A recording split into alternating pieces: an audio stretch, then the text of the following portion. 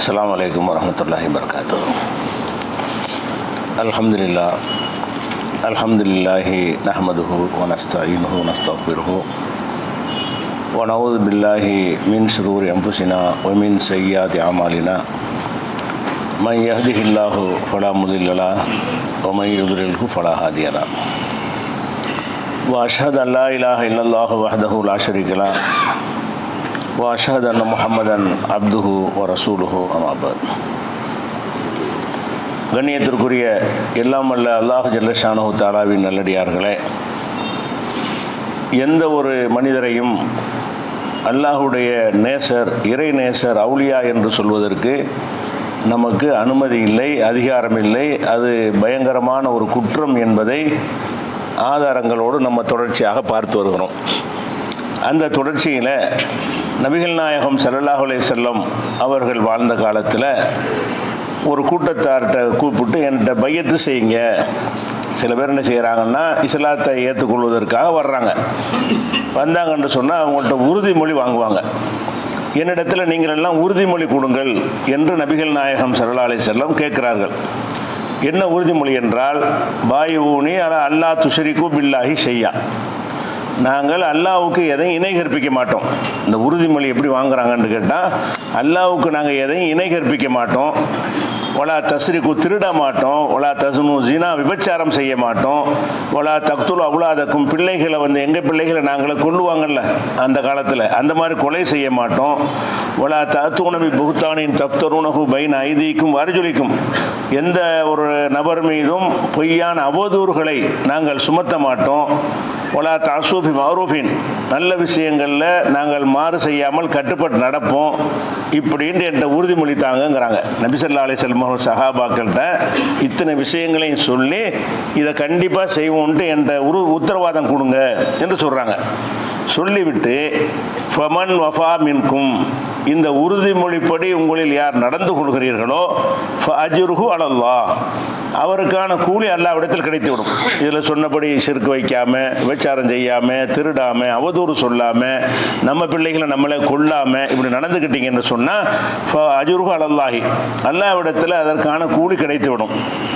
Oman அசாப மின்தாலிக்கு செய்யன், இவற்றில் எதையாவது ஒருத்தர் செஞ்சிட்டார்னு சொன்னான் என்ற உறுதிமொழி கொடுத்து விட்டு அதை மீறுகிற விதமாக இந்த குற்றத்தை செய்து துன்யா, அந்த குற்றத்திற்காக துன்யாவுலேயே தண்டிக்கப்பட்டார். திருடிட்டார்னு வைங்க, ஆதாரத்தோடு அவர் அந்த நிரூபிக்கப்பட்டு அவருக்கு கை வெட்டிட்டாங்க, இப்படி தண்டிக்கப்பட்டுட்டார்னு சொன்னால் ஃபொஹ கஃபாரத்துன் லஹு, அதுவே அவருடைய அந்த தீமைக்கு பரிகாரமாயிரும். அதுக்கு அல்லாஹ் தண்டிக்க மாட்டான். ஒரு மனிதன் ரசூலுல்லாஹ்ட்ட உறுதிமொழி கொடுத்தபடி நடந்துக்கிட்டால் ஓகே. நீங்கள் நடக்காமல் எதையாவது நீங்கள் செஞ்சு அது நிரூபணமாகி அதற்கு இந்த உலகத்தில் உங்களுக்கு தண்டனையும் வழங்கப்பட்டு விட்டது என்று சொன்னால் ஃபொஹுவ கஃபாரத்துன் லஹு, அதுவே அவருக்கு பரிகாரமாக ஆகிவிடும். குற்றத்துக்கு தண்டனை கிடையாது, மன்னிப்பு தனியாக கேட்க வேண்டியதில்லை. அதே நேரத்தில் ஒமன் அசாபம் மின் தாலிக ஷையன், இந்த குற்றங்களை எதெல்லாம் செய்ய மாட்டோம் என்று உறுதிமொழி சொன்னீங்களோ அதை மீறி இந்த குற்றங்களை செய்து விட்டீர்கள் என்று சொன்னால் சும்மா சத்தரகுள்ளாகும், அந்த குற்றங்களை நீங்கள் செஞ்சு அல்லாஹ் மறைக்கவும் செஞ்சிட்டான். நீங்கள் இந்த குற்றங்களை செஞ்சிட்டீங்க, ஆனால் அல்லாஹ் என்ன செஞ்சிட்டான், அதை வெளிப்படுத்தாமல் மறைத்து விட்டான் என்று சொன்னால் அவனுடைய நிலைமை இல்லைன்னு கேட்டால் ஃபஹுவ இலல்லாஹ், அவருடைய காரியம் அல்லாஹ்வின் கைவசத்தில் இருக்கிறது. இன்ஷா அஃபா அன்ஹு, அவன் விரும்பினால் மன்னிப்பான், ஒ இன்ஷா அதபஹு ஆகபஹு, விரும்பினால் தண்டிப்பான் என்று சொன்னார்கள். நாங்கள் இந்த உறுதிமொழியை ஏற்று பையத்து செய்தோம் அப்படின்னு சொல்லக்கூடிய ஒரு செய்தி புகாரியில் 18வது ஹதீஸிலையும் 3892வது ஹதீஸிலையும் 7213வது ஹதீஸிலையும் இருக்கிறது. அப்போ இதில் அறிந்து கொள்கிற விஷயம் என்னன்னு கேட்டால், ரசூலுல்லாஹ் முன்னிலையில் இஸ்லாத்தை ஏற்றுக்கிறாங்க. சஹாபாக்கள் உறுதிமொழி கொடுக்குறாங்க. இந்த உறுதிமொழிப்படி நடந்துட்டீங்கன்னு சொன்னால் உங்களுக்கு அல்லாட்ட கூலி கிடைச்சிடும். உறுதிமொழிப்படி நீங்கள் நடக்கலை என்று சொன்னால் அதனுடைய நிலைமை அல்லாஹ்வுக்கு தான் தெரியும். அப்போ என்னிடத்தில் உறுதிமொழி எடுக்கக்கூடியவர்கள் பல விதங்களில் இருப்பீர்கள். இந்த உறுதிமொழி அப்படி நிறைவேற்றக்கூடியவர்களும் இருப்பீர்கள், இந்த உறுதிமொழியை மீறக்கூடியவர்களும் இருப்பீர்கள். மீறக்கூடியவர்களில் அவர்கள் நிரூபிக்கப்பட்டு தண்டிக்கப்படுபவர்களும் இருப்பீர்கள். மீறிவிட்டு யாருக்கும் தெரியாமல் அல்லாஹ் மறைத்து நிலையிலையும் நீங்கள் இருப்பீர்கள். உங்களுடைய நிலைமை என்ன? நீங்கள் நல்லடியார்னு சொல்ல முடியுமா? என்னிடத்தில் பையத்தை செஞ்ச காரணத்தினால், என்னிடத்தில் உறுதிமொழி செஞ்ச காரணத்தினால் நீங்கள் எல்லாம் இறை நேசர்கள் அப்படின்னு ரசூலுல்லாஹ் சொல்லலை. நீங்கள் என்னிடத்தில் உறுதிமொழிக்கு மாற்றமாக நீங்கள் நடந்துக்கிட்டீங்கன்னு சொன்னால் அல்லாஹ் கையில் இருக்குது. உங்களை நல்லடியார் என்று உறுதி நான் கொடுக்க முடியாது. அவன் நாடினால் உங்களுடைய இந்த தீமைகளை தவறுகளை மன்னிப்பான், நாடினால் தண்டிப்பான். அப்போ சஹாபியா இருந்தாலும் ரசூலுல்லாஹ்விடத்தில் உடன்படிக்கை எடுத்தவராக இருந்தாலும் அவங்க கையோட கையை வச்சு உடன்படிக்கை எடுக்கிறாங்க. எவ்வளோ பெரிய ஒரு அந்தஸ்தான ஒரு நிலைமை இது. இந்த நிலைமையை செஞ்ச ஒரு சஹாபியா இருந்தாலும் அவரை நல்லடியார்னு சொல்ல முடியாது. ஏன்? எனக்கு தெரியாமல் நீங்கள் சில தவறுகள் செஞ்சு இருப்பீர்களேயானால் அந்த விஷயம் எனக்கு தெரியாது. அல்லாஹ் நாடுனா அதை மன்னிப்பான், நாடுனா தண்டிப்பான். அப்ப என்னிடத்தில் பையத் செஞ்ச நீங்க எல்லாருமே உத்தமர்கள் என்று சொல்ல முடியாது. அதான் இதுக்கு அர்த்தம். நபிகள் நாயகம் ஸல்லல்லாஹு அலைஹி வஸல்லம் எதுக்கு இதை சொல்றாங்கன்னு கேட்டா, என்னால் என்னிடத்தில் நீங்க பையத் செஞ்ச அனைவரும் நல்லவர்கள் என்று சொல்ல முடியாது. நீங்கள் எல்லாம் அல்லாஹ்விடத்தில் நல்லவர்களாக இருப்பீர்கள் என்று சொல்ல முடியாது. என்னிடத்தில் பையத்து செய்து விட்டு அதை மீறாமல் அப்படியே கடைபிடிப்பீர்கள் என்று சொல்ல முடியாது. என்னிடத்தில் பையத் செஞ்சதை மீறி நீங்கள் செய்யக்கூடியவர்களாக இருப்பீர்கள் அப்படிங்கிறது தான் ரசூல் ஸல்லல்லாஹு அலைஹி வஸல்லம் போதனை. அப்போ இதில் நம்ம என்ன விளங்குறோம்? நபிகள் நாயகம் ஸல்லல்லாஹு அலைஹி வஸல்லம் முன்னிலையில் போய் உறுதிமொழி கொடுத்து, சும்மா கலிமா மட்டும் சொல்லலை, உறுதிமொழி கையோடு கையை வைத்து உறுதிமொழி கொடுத்து கூட அவர்கள் நல்லடியாராகவும் இருக்கலாம், அல்லது சில தவறுகள் செஞ்சு அல்லாஹ் மறைச்சிருத்தான் என்று சொன்னால், நான் அல்லாஹ் மன்னிக்கலை என்று சொன்னால் கெட்டவராகவும் இருக்கலாம், நல்லடியாரத்தான் இருப்பார்னு சொல்ல இயலாது. அப்போ சஹாபாக்களுக்கு ரசூலுல்லாஹ்ட்ட பையத்து செஞ்சவங்களுக்கு இந்த நிலைமை என்று சொன்னால் நம்ம என்ன செய்கிறோம்? அவர் அவுலியா இவர் மகான்லாம் சொல்கிறோமே, இது எப்படி சரியாக வரும்? அப்போ நபிகள் நாயகம் ஸல்லல்லாஹு அலைஹி வஸல்லத்தை விட நம்ம மேலான அறிவு படைத்தவர்களா? அவங்களுக்கு தெரிஞ்சதை விட நமக்கு தெரிஞ்சிருச்சா? ரசூலுல்லாஹ் என்ன செய்யலை? என்னிடத்தில் பையத் செஞ்சிட்டீங்களா இல்லையா, நீங்களாம் நல்லடியார் தான் என்று ரசூல் ஸல்லல்லாஹு அலைஹி வஸல்லம் சொல்லலையே. என்னிடத்தில் நீங்கள் பையத் செஞ்சாலும் நீங்கள் சில தவறுகள் செஞ்சீங்கன்னா எனக்கு தெரியாது, அல்லாஹ் மறைச்சிருவான், எனக்கும் தெரியாது, உங்களுக்கு தான் தெரியும், அல்லாஹ்வுக்கு தெரியும். அந்த மறைக்கப்பட்ட தவறு செய்தவர்கள் உங்களை இருப்பீர்களேயானால் அல்லாஹ் நாடினால் உங்களை மன்னிப்பான், நாடினால் மன்னிக்க மாட்டான், தண்டிப்பான். தண்டிப்பான் யாரு? நல்லடியார் இல்லை தானே. அல்லாஹ் மன்னிப்பான்னு சொன்னால் நல்லடியார் கணக்கில் வந்துடுவார். அல்லாஹ் தண்டிப்பான் என்று சொன்னால் அவர் நல்லடியாராக இருக்க மாட்டார். அப்போ என்னிடத்தில் பையத் செய்த உங்களில் நல்லடியாராகவும் சிலர் இருப்பீர்கள், நல்லடியார் இல்லாமலும் இருப்பீர்கள். அது அங்கே தான் தெரியும், அல்லாஹ்வுக்கு தான் தெரியும். ஃபஹுவ இலல்லாஹ், அது விஷயம் அல்லாஹ்விடத்தில் இருக்கிறது, என் கையில் கிடையாது. அப்போ நபிகள் நாயகம் ஸல்லல்லாஹு அலைஹி வஸல்லம் அவர்கள் எந்த அதிகாரம் தனக்கு இல்லை என்று சொன்னார்களோ அந்த அதிகாரம் எல்லாம் நமக்கு இருக்குன்னு நம்ம நினைக்கிறோம். நம்ம தான் பட்டம் கொடுக்குறோம், அவுலியா பட்டம் யார் கொடுக்குறா? நம்ம தானே கொடுக்குறோம், இவர் அவுலியா அவர் அவுலியான்னு. அப்போ இதை சொல்வதற்கு அதிகாரம் நமக்கு என்ன இருக்குது? ரசூலுல்லாஹ் விட நம்ம எப்படி அதை கண்டுபிடிக்க முடியும்? இதை நம்ம சிந்திச்சு பார்க்கணும். அதே மாதிரி இப்போ நல்லடியார் என்று ஒருத்தரை சொல்வது கூடாதுங்கிற மாதிரி கெட்டவர்னு ஒரு ஆளை சொல்லிடக்கூடாது. ஒரு ஆள் இறந்துட்டார்னு வைங்க, சில காரியங்களை செஞ்சுட்டு இறந்துட்டார், அவர் கண்டிப்பாக நரகவாசி தான் சொல்ல முடியுமா? சொல்லவே முடியாது. நாம் வெளிப்படையான செயல்கள் நல்லதாக இருந்துச்சுன்னா நல்லவர் என்று வெளிப்படையாக சொல்லிக்கிறலாம். ஆனால் அவர் கெட்டவர் தான், நரகவாசி தான், அல்லாஹ்வால் வெறுக்கப்பட்டவர் தான் சொன்னால் அதுவும் தப்பு. எப்படி நல்லடியார் என்று முடிவு செய்வதும் நமக்கு அதிகாரம் இல்லையோ, இவன் கெட்டவன் தான், இவன் நரகவாசி தான் என்று யாரை பற்றி நீங்கள் சொல்லக்கூடாது. ஆனால் யாரை பற்றி அல்லாஹ் சொல்லி இருக்கிறான்னு அவர்களை பற்றி சொல்லலாம். யாரை பற்றி சொல்லியிருக்கிறான்? ஷிர்க் வைப்பவர்கள், காபிர்களை நரகவாசிங்கிறான், அவங்களும் நீங்கள் நரகவாசின்னு சொல்லலாம். இணை கற்பிப்பவர்களே நரகவாசின்னு சொல்கிறான், அவங்களும் நரகவாசின்னு நீங்கள் சொல்லலாம். அதே மாதிரி கொலை செஞ்சவர்கள், இப்படி சில வட்டி வாங்குறவர்கள், இப்படி யாரை பற்றி அல்லாஹ் சொல்லியிருக்கிறானோ, அல்லது பெயர் குறிப்பிட்டு ஃபிரௌன், அபு ஜஹில், அபு லஹப் என்று யாரை பற்றி அல்லாஹ்வும் ரசூலும் சொல்லி இருக்கிறார்களோ அவங்களும் நீங்கள் நரகவாசின்னு சொல்லலாமே தவிர, பொதுவாக மற்ற மனிதர்கள் யாரை பற்றியும் என்ன செய்யக்கூடாது? இவர் நரகவாசி, ஒருத்தர் தொழவே மாட்டேங்கிறாரு, நரகவாசி சொல்லக்கூடாது. ஏன்? அவர் தொழாமல் இருக்கிற கடைசி நேரம் எப்படி இருக்கு நமக்கு தெரியாது. அவர் மன்னிப்பு கேட்கலாம், அல்லாஹ் மன்னிக்கலாம், அல்லாஹ் நாடினால் அவர் என்ன செய்யலாம்? உயர்ந்த இடத்துல கூட கொண்டு வச்சிடலாம்.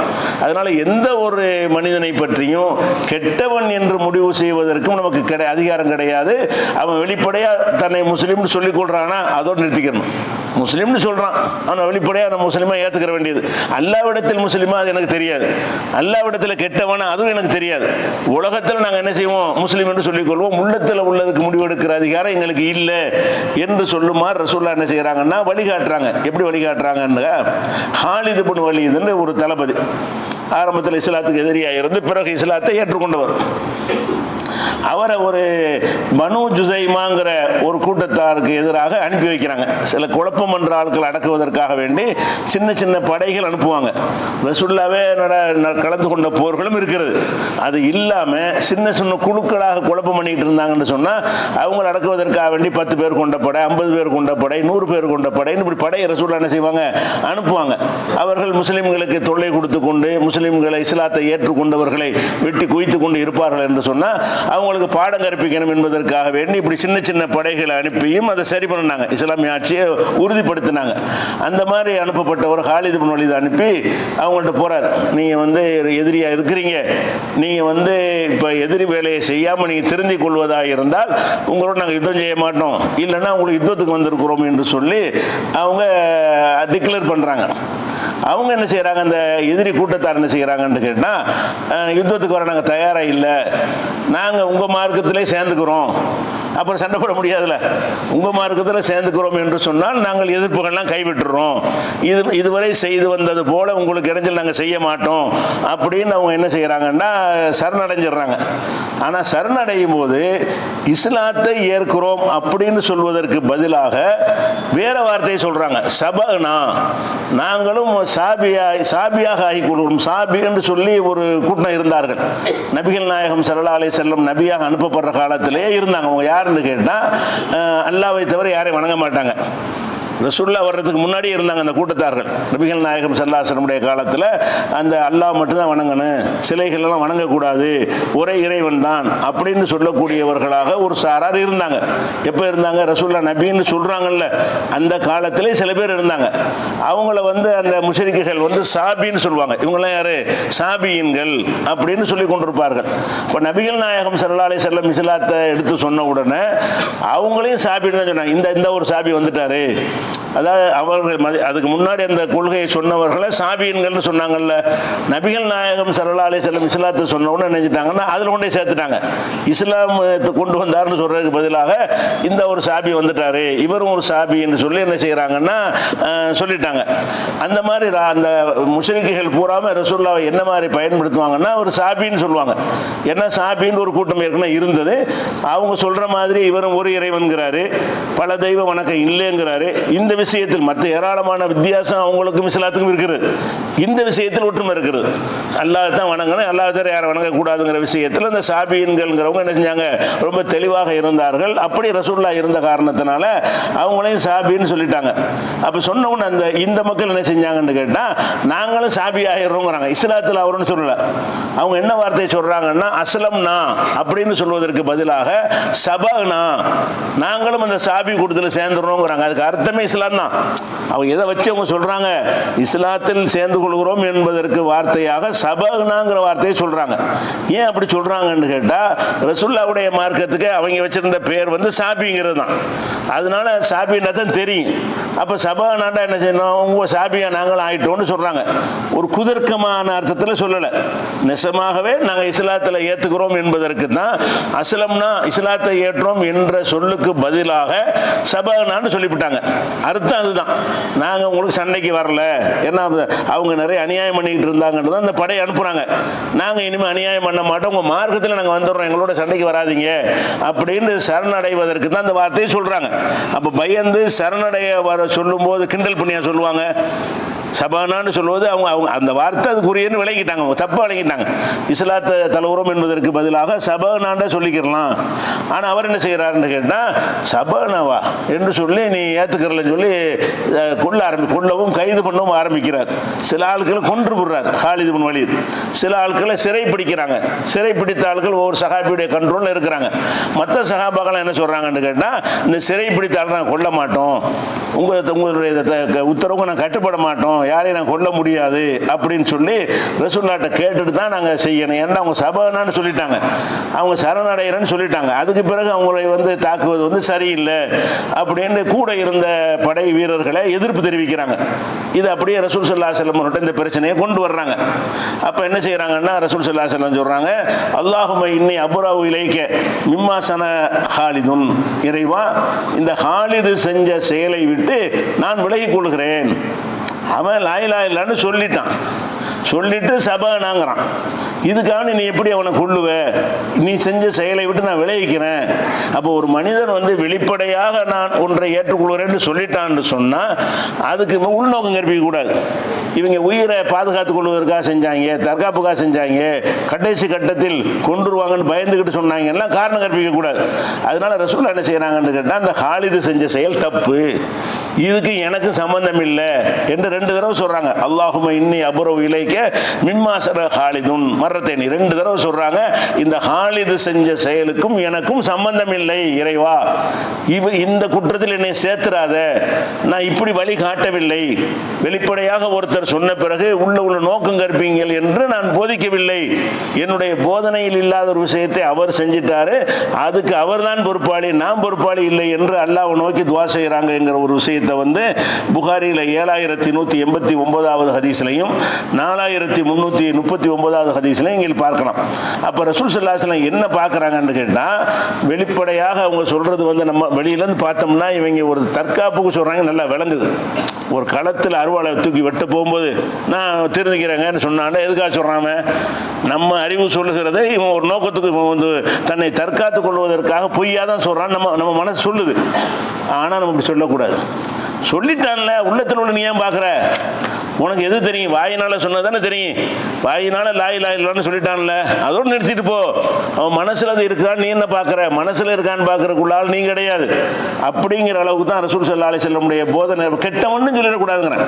அவர் லா இலாஹ இல்லல்லாஹ் சொல்றாரு, சொல்லும் போதே நமக்கு தெரியுது இவர் வந்து நிஜமா சொல்லலை, நமக்கு தெரியுது. ஆனால் அப்படி தெரியக்கூடாது. ஒரு முஸ்லீம் இப்படி நினைக்கக்கூடாது. எனக்கு தெரியுது அவன் வந்து அருவாளை தூக்கணுன்னு தான் லா இலாஹ இல்லல்லாஹ் சொன்னான், அதனால அவன் உள்ளத்திலேருந்து அவன் சொல்லவில்லை என்று சொன்னால் கேட்கறதுக்கு சரி மாதிரி தெரியுது. ஆனால் இஸ்லாம் அதை ஒத்துக்கொள்ளலை. நபிகள் நாயகம் ஸல்லல்லாஹு அலைஹி வஸல்லம் ஒத்துக்கொள்ளலை. எந்த நோக்கத்துக்கு வந்தால் உனக்கு அது உன் வேலையா? எத்தனை பேர் இஸ்லாத்துக்கு வர்றாங்க, பல நோக்கங்களுக்கு வருவாங்க. நீங்கள் எல்லாம் அது ஆராய தேவையே கிடையாது. வந்தால் அவ்வளோதான். வேற திருமணத்துக்காக வருவான், ஒரு பண உதவிக்காக வருவான், ஏதோ முஸ்லீம்கள் வெளிநாட்டுக்கு நம்ம அனுப்பி வைப்பாங்கன்னு வருவான், பல நோக்கத்துக்கு வருவான். உங்களுக்கு அதெல்லாம் தேவை கிடையாது. அவன் அஷ்ஹது அல்லா இலாஹ இல்லல்லாஹ் சொல்லிட்டான்னா அவன் முஸ்லீம், அவ்வளோதான். நீங்கள் உள்ளத்தில் அது இருக்குதான்னு பார்க்க வேண்டிய ஒரு அதிகாரம் நமக்கு கிடையாது. அந்த மாதிரி என்ன செய்கிறாங்கன்னு இன்னொரு சம்பவத்தை பாருங்க. உசாமான்னு ஒரு ரசூலுல்லாஹ்வுக்கு விருப்பமான ஒரு சஹாபி, அதாவது ஜெயிதுன்னு ஒரு ஆள் எடுத்து வளர்த்தாங்கல்ல ரசூலுல்லாஹ், வளர்ப்பு பிள்ளைன்னு சொல்லுவாங்கல்ல, ஆரம்பத்தில் இருந்துச்சு, அதுக்கு தடுக்கப்பட்டுருச்சு. அந்த ஜெயிதுடைய மகன் தான் உசாமா. அதனால ரசூலுல்லாஹ் வந்து அவர் மேலே ரொம்ப பிரியமாக இருப்பாங்க, ரொம்ப அவர் மேலே ரொம்ப நேசமாக அன்பாக இருப்பார்கள் உசாமா மேலே. அந்த உசாமாவை என்ன செய்கிறாங்கன்னு கேட்டால், ஒரு படையில் அனுப்புகிறாங்க. படையில் அனுப்பினோன்னே சண்டை நடந்துக்கிட்டு இருக்குது. அந்த சண்டை நடந்துக்கிட்டு இருந்தோன்னே ஒரு ஆளை போர்க்களத்தில் கொள்ளத்தானே செய்வாங்க. சண்டைன்னு சொன்னாலே 2 பேரும் ஆயுதம் வச்சுருப்பாங்க. அவன் நம்மளை கொள்றதுக்கு தயாராக இருப்பான், நம்ம வந்து அவனை கொள்றதுக்கு தயாராக இருப்போம். அதுதான் போருங்கிறது. அப்போ இவர் போர்க்களத்தில் ஆயுதத்தை ஏந்தி ஒருத்தன் அந்த களத்தில் மாட்டிக்கிறபோது கொல்ல போகிறார். போர்க்களத்தில் தான் கொல்ல போன அவன் என்ன செய்கிறான்னு கேட்டால், அப்போ கால லா இலாஹ இல்லல்லாஹ், லா இலாஹ இல்லல்லாஹ்ங்கிறான். அருவாளத்துக்கு வெட்ட போனவுடனே, வாளத்துக்கு குத்த போனவுடனே அவன் லா இலாஹ இல்லல்லாஹ்ங்கிறான் போர்க்களத்தில். அப்போ சொன்னவன என்ன செய்கிறாரு உசாமா, இப்போ தான் துஹு, நான் வந்து அவனை ஈட்டியாலே ஒரேடியாக குத்தி லா இலாஹ இல்லல்லாஹ்னு சொன்ன பிறகும் கூட என்ன செய்யலை, இவன் வந்து நடிக்கிறான், இவன் உள்ளத்திலேருந்து சொல்லலை, நிஜமாக சொல்லலை, தன்னை பாதுகாத்துக் கொள்வதற்காக வேண்டி பொய் சொல்கிறான் அப்படின்னு நினைத்து கொண்டு நான் அவனை ஈட்டியால் தாக்கி கொன்று விட்டேன். கொன்று விட்டு எனக்கு மனசு உறுத்தலாக இருந்துச்சு. அவன் லா இலாஹ இல்லல்லாஹ்னு சொன்ன பிறகு நம்ம செஞ்சிட்டோமே அப்படின்னு 2 நிலையில் அவர் இருக்கிறார். ஒன்று தற்காப்புக்காக சொன்னான்னு ஒரு பக்கம் சொல்லுது மனசு, இன்னொரு பக்கம் என்ன சொல்லுதுன்னு கேட்டால், இல்லை அவன் சொல்லிட்டான்ல, அதுக்கப்புறம் நம்ம எப்படி செய்கிறது? அவன் லா இலாஹ இல்லல்லாஹ் சொன்ன பிறகு நம்ம கொண்டிருக்க கூடாதுல்ல, அவன் தான் வந்து இஸ்லாத்தை ஏற்றுக்கிட்டேன்னு சொல்லிட்டான்ல, போர்க்களத்தில் வச்சு சரணடைஞ்சால் அதுக்கப்புறம் எப்படி நம்ம கொள்றதுன்னு மனசில் ஓடுது. வந்து என்ன செய்கிறாருன்னா ரசூலுல்லாஹ்ட்ட வந்து நேராக வந்து சொல்கிறார், அல்லாஹ்வுடைய தூதரை இந்த மாதிரி சம்பவம் நடந்துச்சு, போர்க்களத்தில் ஒருத்தன் வந்து தனியாக வந்து களத்தில் மாட்டினான், அவனை வந்து நான் கொல்ல போகும்போது அவன் லா இலாஹ இல்லல்லாஹ் சொன்னான், நான் அதை ஏற்றுக்கிறாம நான் அவனை கொன்று விட்டேன், எனக்கு மனசெல்லாம் உறுத்தலாக இருக்குது அப்படின்னு சொல்கிறார். அப்போ ரசூல் ஸல்லல்லாஹு சொல்கிறாங்க, கால லா இலாஹ இல்லல்லாஹ் கத்தல் தகு, லா இலாஹ இல்லல்லாஹ்னு சொன்னவனே கொண்டு விட்டியா? அவன் லா இலாஹ இல்லல்லாஹ்னு சொன்ன பிறகு நீ கொலை பண்ணிட்டியாப்பா அப்படின்னு கேட்குறாங்க. சொல்லிட்டு அவர் ஆமான்னு செய்கிறாரு. இன்னமா காலா ஹௌஃபம் மின சிலாஹ், அவர் வந்து ஆயுதத்துக்கு பயந்துக்கிட்டு தான் சொன்னார். அதை போர்க்களத்தில் நான் வாளை எடுத்தவுடனே அந்த வாளுக்கு பயந்து கொண்டு தான் அவர் அதை சொன்னாரே தவிர அவர் மனசால சொல்லலைன்னு இவர் ரிப்ளை கொடுக்குறார். ரசூலுல்லாஹ் சொல்றாங்க, லா இலாஹ இல்லல்லாஹ்னு சொன்ன பிறகு நீ எப்படி அவனை போர்க்களத்தில் கூட நீ கொல்லக்கூடாது அப்படிங்கிறாங்க. அப்போ அவர் ரசூல் என்ன செய்யறாருன்னா, இன்னமா காலஹா ஹௌஃபம் மின ஸிலாஹ், வாளுக்கு பயந்து கொண்டு தான் அவர் சொன்னார், அதனால நான் ஏற்றுக்கிறல அப்படிங்கிறார். அப்போ ரசூலுல்லாஹ் சொல்கிறாங்க, அஃபலா ஷகக்தான் கல்பிஹி, நீ அவருடைய உள்ளத்தை பிளந்து பார்த்தியா? ஹத்தா தாலமா காலகாம்லா, அவர் மனசிலிருந்து சொன்னாரா அல்லது வெளிப்படையாக சொன்னாரா என்பதை நீ உள்ளத்தை பிளந்து பார்த்தியான்னு. லாயில சொன்னார்ல, வாயில் சொன்னது மட்டும் தான் உனக்கு தெரியும். அது உள்ளத்திலிருந்து வருதா நாவுலேருந்து மட்டும் வருதான்னு உனக்கு எப்படி தெரியும்? நீ உள்ளத்தை பிளந்து பார்த்த, உள்ளத்தில் லாயிலா இல்லை காணா, வாயில் மட்டும்தான் இருக்குது அப்படி கண்டுபிடிச்சியா நீ? அவர் சொன்னது மட்டும்தானே இப்போ உனக்கு தெரியும். நீ மனுஷன், உள்ளத்தில் உள்ளது அறியக்கூடியவனாக நீ படைக்கப்படவில்லை. அவன் லாயிலா இல்லான்னு சொல்லிட்டான்னா அதோட வெளிப்படையானது மட்டும் வச்சுக்க, உள்ளத்தில் இருந்துச்சா இல்லை இல்லைன்னு சொல்லி நினைப்பதற்கு முகாந்திரம் இருக்குது. இவர் எந்த நேரத்தில் சொல்கிறாரு? போர்க்களத்தில் சொல்கிறார். போர்க்களத்தில் வாழ்முனையில் தனியாக மாட்டிக்கிற ஒரு நேரத்தில் சொல்கிறார். இதை வச்சு பார்த்தா ஒரு நோக்கம் கற்பிக்க முடியும், ஆனால் கற்பிக்கக்கூடாது. நோக்கம் கற்பிப்பதற்கு நியாயம் இருந்தால் கூட நம்முடைய கடமை என்ன? சொல்லிட்டானா விட்டுரு. முனாஃபிக்கியா இருந்தாங்க ரசூலுல்லாஹ் காலத்தில். முனாஃபிக்கு நடிக்க தானே தெரியாது, ரசூலுல்லாஹ்க்கு தெரியாதா? அல்ல அறிவிச்சே கொடுத்துருந்தான். ஆனால் அவர்களை எல்லாம் காஃபிர் டிக்ளேர் பண்ணவே இல்லை ரசூலுல்லாஹ். அவங்களுக்குள்ள வச்சுக்கிட்டாங்களே தவிர வந்தாங்க, தொழுதாங்க, போருக்கு போனாங்க, முஸ்லீம்களோட முஸ்லீம்களாக கலந்து உறவாடி கொண்டிருந்தார்கள். இவங்களெல்லாம் முஸ்லீம் கிடையாதுன்னு ரசூலுல்லாஹ் என்ன செய்யலை, சொல்லவே கிடையாது. அப்போ வெளிப்படையாக சொல்வதைத்தான் நான் பார்க்கணும். ரசூலுல்லாஹ் என்ன செய்கிறாங்கன்னா, திரும்பி ஒரு தடவை சொல்லலை, திருப்பி சொல்கிறாங்க. ஹல்லா ஷகக்தான் கல்பிஹி, உள்ளத்தை நீ பிளந்து பார்த்தியா, உள்ளத்தை பிளந்து பார்த்தியா, உள்ளத்தை பிளந்து பார்த்தியான்னு திருப்பி என்னிடத்தில் சொல்லி கொண்டிருந்தார்கள் அப்படிங்கிறார் உசாமா. சொல்லிட்டு அவர் சொல்றாருன்னு கேட்டா, ரசூலுல்லாஹ்வுடைய அந்த கோபத்தை பார்க்கும் பொழுது நம்ம இஸ்லாத்தில் இதுக்கு முந்தி சேராம இருந்து இன்னைக்கு சேர்ந்திருக்கலாமே, இன்னைக்கு சேர்ந்திருந்தோம்னா அதை செஞ்சிருக்க மாட்டோமே. நம்ம இஸ்லாத்தில் இதுக்கு முந்தி நம்ம சேர்ந்து இவ்வளோ பெரிய காரியத்தை செஞ்சு விட்டோம், இன்றைக்கு நான் இஸ்லாத்தை தழுவி இருந்திருக்கலாமே, இதுக்கு முந்தி நான் முஸ்லீம் இல்லாமல் இருந்திருக்கலாமே, அப்படி இருந்தாலும் இதை செஞ்சிருக்க மாட்டேனே என்று நினைக்கும் அளவுக்கு ரசூலுல்லாஹ் கண்டிக்கிறாங்க. அவர் நினைக்கிற பெரிய தப்பு செஞ்சிட்டோமே, இஸ்லாத்தில் இவ்வளோ பெரிய காரியம் செஞ்சிட்டோமே என்று நான் பயப்படும் அளவுக்கு ரசூலுல்லாஹ் நினைஞ்சாங்க, என்னைய கண்டித்தாங்க. கத்தா தமன்னைத்து அன்னி அஸ்லம்து யௌமைதின், அன்றைக்கு இஸ்லாத்தை தழுவி இருக்கலாமே, என்றைக்கு ரசூலுல்லாஹ் கண்டிக்கிறாங்களோ இன்னைக்கு இஸ்லாத்தை தழுவி இருக்கலாமே, இந்த அணியில் நம்ம இல்லாமல் இருந்திருக்கலாமே, இவ்வளோ பெரிய வேலையை செஞ்சிட்டோமே, இஸ்லாத்தில் இருந்தும் ஒரு ஆளை கொண்டு விட்டோமே என்று அந்த உறுத்தலின் காரணமாக அவர் சொல்றாருங்கிற ஒரு விஷயம் முஸ்லீமில் இடம்பெற்றிருக்குது. உசாமாவோட சம்பந்தப்பட்ட ஒரு செய்தி. அப்போ இதுலேருந்து நம்ம அறியக்கூடிய விஷயம் என்னன்னு கேட்டால், ஒருத்தர் வெளிப்படையாக ஒன்றை சொல்வார்னு சொன்னால் வெளிப்படையானதை வச்சு முடிவெடுக்கலாம். வெளிப்படையானதை வைத்து இவர் நல்லவர் கெட்டவர் என்று நம்ம அளவுக்கு ஒரு முடிவு எடுத்துக் கொள்ளலாம். ஆகிரத்தில் உள்ள விஷயமாக இவர் நிஜமாகவே அல்லாஹ்வை ஏற்றுக்கொண்டாரா நம்ம முடிவெடுக்க முடியாது.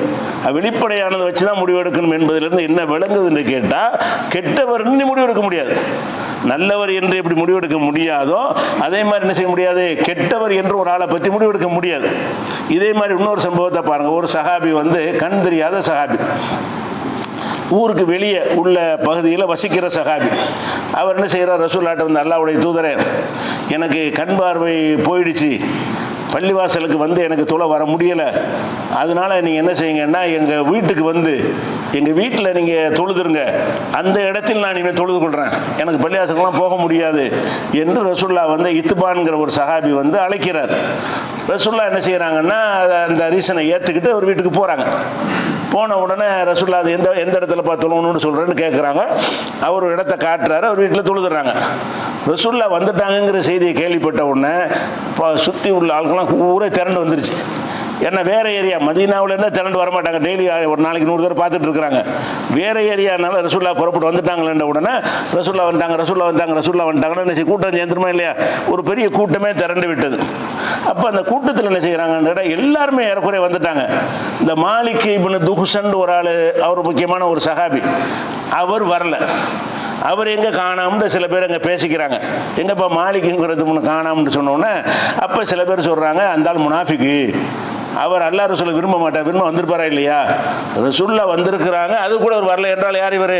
அவர் முனாஃபிக்கு அப்படின்னு சொல்கிறாங்க. அப்போ ரசூல் ஸல்லல்லாஹு சொல்கிறாங்க, ஏன் அவர் லா இலாஹா இல்லல்லாஹ் சொல்லியிருக்காருல, என்னை பார்க்க வரலன்னா முனாஃபிக் ஆயிடுவாரா? அப்போ லா இலாஹா இல்லல்லாஹ் என்று அவர் சொன்னதுக்கு பிறகு நீ இப்படி முனாஃபிக்குன்னு சொல்கிற, அவர் முனாஃபிக்கரோட தொடர்பில் இருக்கிறார்னு வர பதில் சொல்கிறாங்க சஹாபாக்கள். அவன் லா இலாஹா இல்லல்லாஹ்னு சொல்லியிருக்கிறான், அந்த கொள்கையில் மாறலை, அந்த கொள்கையில் இருக்கிற வரைக்கும் அவர் என்னை பார்க்க வரலை என்பதற்காக வேண்டி எப்படி நீ வந்து முனாஃபிக்குன்னு சொல்லுவாய் என்று ரசூல் ஸல்லல்லாஹு அலைஹி வஸல்லம் செய்கிறாங்க. கண்டிக்க அப்படி சொல்லக்கூடாது, யாரை பற்றி முனாஃபிக்குன்னு சொல்லக்கூடாது. முனாஃபி பார்த்தா முனாஃபிக்குன்னு சொல்லலாங்கிற மாதிரி தெரியுது. ஏன்? ரசூல்லா ஒரு வீட்டுக்கு வந்திருக்காங்க, ஒரு ஊருக்கு வந்திருக்கிறாங்க, அதை கேள்விப்பட்டு கூட அதை பார்க்க வரலன்னு சொன்னால் இவருக்கு என்ன ஒரு ரசூல்லா மேலே பிரியம் இருக்குது என்று நினைக்க வாய்ப்பு இருக்கிறது. ஆனால் ரசூல்லா நினைக்கல, அப்படி நினைக்கிறது தப்புங்கிறாங்க. அவர் லா இலாஹா இல்லல்லாஹ் சொல்லிட்டார், பல விஷயங்கள் காரணங்கள் இருக்கலாம் வராமல் இருந்ததற்கு, இதை வச்சுக்கிட்டு இப்படி முனாஃபிக்குன்னு சொல்கிறேன்னு என்ன செய்கிறாங்க சொல்கிறாங்க. அப்போ வெளிப்படையாக ஒருவன் என்ன சொல்கிறானோ அதுதான் கணக்கில் எடுத்துக்கொள்ளணுமே தவிர, அது கூட இந்த உலகத்தில் முஸ்லீம் என்பதற்கு தான் கணக்கு, ஆகிரத்தில் முஸ்லீம் கணக்கு கிடையாது. உலகத்தில் சொல்லிட்டான்ல முஸ்லீம், அவ்வளோதான். அவன் அல்லாட்ட முஸ்லீமாக இருப்பானா அது உள்ளம் சார்ந்த விஷயம்.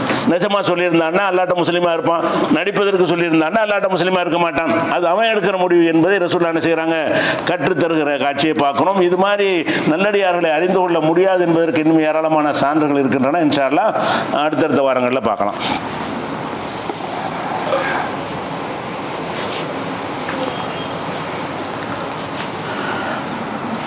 அன்பிற்குரிய சகோதரர்களே, இந்த தேர்தல் பத்திர முறைகேடு சம்பந்தமாக ஆவணங்களை எல்லாம் வெளியிட வேண்டும் என்று நீதிமன்றம் உத்தரவிட்ட பிறகு அந்த ஸ்டேட் பேங்க் என்ன செஞ்சுருக்காங்கன்னா அதெல்லாம் தேர்தல் கமிஷனில் ஒப்படைச்சிட்டாங்க.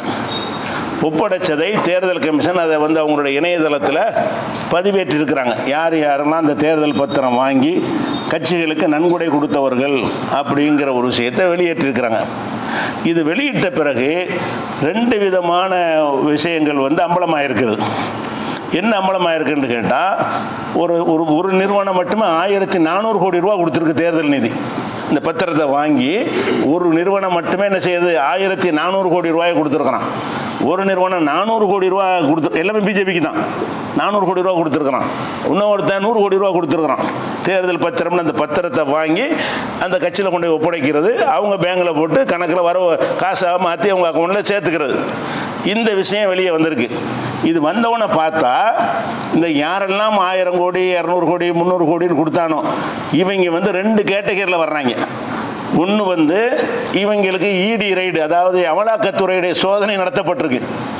அமலாக்கத்துறை சோதனை நடத்தப்பட்டு பல 1000 கோடிகள் பிடிபடுது. அதுக்கு பிறகு கொண்டே ரூபாய் கொடுக்குறாங்க. அந்த கேஸ் அமுக்கப்படுது. அமலாக்கத்துறை மூலமாக சோதிக்கப்பட்டு பல கோடி மோசடி செஞ்சுட்டான் என்று யாரெல்லாம் விசாரணைக்கு உட்படுத்தப்படுகிறார்களோ அது கேஸ் போட்டான்னு சொன்னால் பல வருடங்கள் உள்ளே இருக்க வேண்டியிருக்கும். அவனுடைய பல தொழில்கள்லாம் முடங்கி போயிடும். அவனுடைய அக்கௌண்ட்டே க்ளோஸ் பண்ணிடுவாங்க. அவன் இனிமேல் செயல்படவே முடியாது. அந்த மாதிரி வந்து அமலாக்கத்துறை வந்து செஞ்சிடும். அப்படி ஒரு சோதனையை நடத்திட்டு என்ன செய்கிறது, நீ தப்பிக்கணுமா கொடு, தேர்தல் பத்திரம் வாங்கி கொடு, அவனுக்கு நிர்ணயித்து இவங்க சொல்லியிருக்கிறாங்க. அதனால தான் என்ன செஞ்சுருக்காங்கன்னா இந்த மார்டின் லாட்டரிங்கிற வந்து 1400 கோடி கொடுத்துருக்குறான். அதுக்கு பிஜேபி கொண்டு போய் தேர்தல் நிதியாக கொடுத்துருக்குறான். அந்த 1400 கோடி கொடுத்தவனுக்கு என்னென்னு கேட்டால், அதுக்கு இந்த தேர்தல் நிதி கொடுக்கறதுக்கு 2 மாதத்துக்கு முன்னாடி தான் இடி ரைடு நடக்கிறது. எல்லா அலுவலகங்கள்லையும் அமலாக்கத்துறை சோதனைகள் நடக்கிறது. அப்போ யாரெல்லாம் அந்த பணம் கொடுத்தாண்டு வருது அவங்க எல்லாம் என்னென்னு கேட்டால் அமலாக்கத்துறை சோதனைக்கு உள்ளாக்கப்படுறாங்க. உள்ளாக்கப்பட்டுட்டு இதை ஒன்றும் இல்லாமல் ஆக்கிறதா இருந்தால் தேர்தல் பத்திரம் வாங்கி கொடு, அதை ஒன்றும் இல்லாமல் ஆக்கிடுவோம், அந்த கேஸ் இல்லாமல் ஆக்கிடுறாங்க. இது அம்பலமாய் வெளியில் என்ன செய்யுது, வெளிச்சத்துக்கு வந்திருக்கிறது. அல்லது என்ன செய்கிறான்னு கேட்டால், இந்த தேர்தல் நிதி கொடுத்தவனெல்லாம் அந்த கொடுத்ததற்கு பிறகு பல 1000 கோடி கான்ட்ராக்ட் அரசாங்கத்தினுடைய அந்த வேலைகளை என்ன செய்கிறான், பாலம் கட்டுற வேலை, இந்த சுரங்கப்பாதையெல்லாம் கட்டி சில பேர் மாட்டிக்கிட்டாங்களே, அதெல்லாம் கூட தேர்தல் நிதி கொடுத்த கம்பெனி தான் அது. அவனுக்கு கொடுக்குறது பல 1000 கோடிகளுக்கு வந்து அரசாங்கத்தினுடைய வேலைகளை கொடுக்குறது. 1000 கோடி கொடுத்தோம்னு சொன்னால் அவனுக்கு 500 கோடி ரூபா கிடைக்கும். அதில் ஒரு 100 கோடி ரூபா கொடுப்பான். அப்போ 100 கோடி ரூபாயை கொண்டு தேர்தல் நிதியாக கொடுத்து விட்டு 1000 கோடி 10000 கோடி ரூபாய்க்கு வந்து கான்ட்ராக்ட் என்ன செய்கிறது, அரசாங்கத்தினுடைய அந்த வேலைகளை இவனுக்கு கொடுக்குறது. 2 வகையாக இருக்கிறாங்க. ஒன்று ஏற்கனவே செஞ்ச மோசடிக்கு விசாரிக்கப்பட்டவங்க, அவங்க கொடுத்துருக்குறாங்க. அல்லது இந்த கொடுத்ததுக்கு பிறகு ஆதாயம் அடைஞ்சவங்க.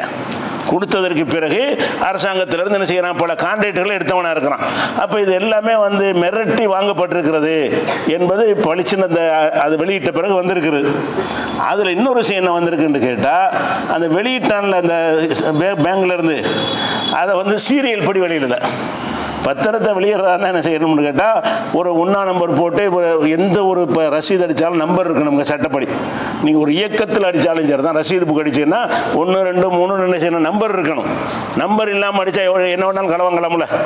எங்கப்பா 18ஆம் ரசீது எங்கப்பா காணான்னு கேட்கணுமா இல்லையா? 50வது ரசீதை கணக்கில் எழுதலேன்னு கேட்குவோமா இல்லையா? அப்போ ரசீது புக் அடித்தோம்னா என்ன செய்யணும், அது நம்பர் சீரியல் நம்பர் ஒன்று போடணும். எந்த தனியார் நிறுவனமாக இருந்தாலும் சரி, அரசாங்கம் எதாக இருந்தாலும் என்ன செய்யணும், போடணும். இந்த தேர்தல் பத்திரத்துக்கு சீரியல் நம்பர் போட்டாங்க. அந்த சீரியல் நம்பரை மறைச்சிட்டு என்ன செய்யறாங்க, அது கொடுத்துருக்குறாங்க. 1ஆம் நம்பர்ல இருந்து அத்தனையும் கொண்டாந்து காட்டினா தான் எந்தெந்த பத்திரம் விடுபட்டு இருக்குன்னு கண்டுபிடிக்க முடியும். சில தகவல்களை கொடுத்துருக்கிறான், முழுமையாக கொடுக்கல.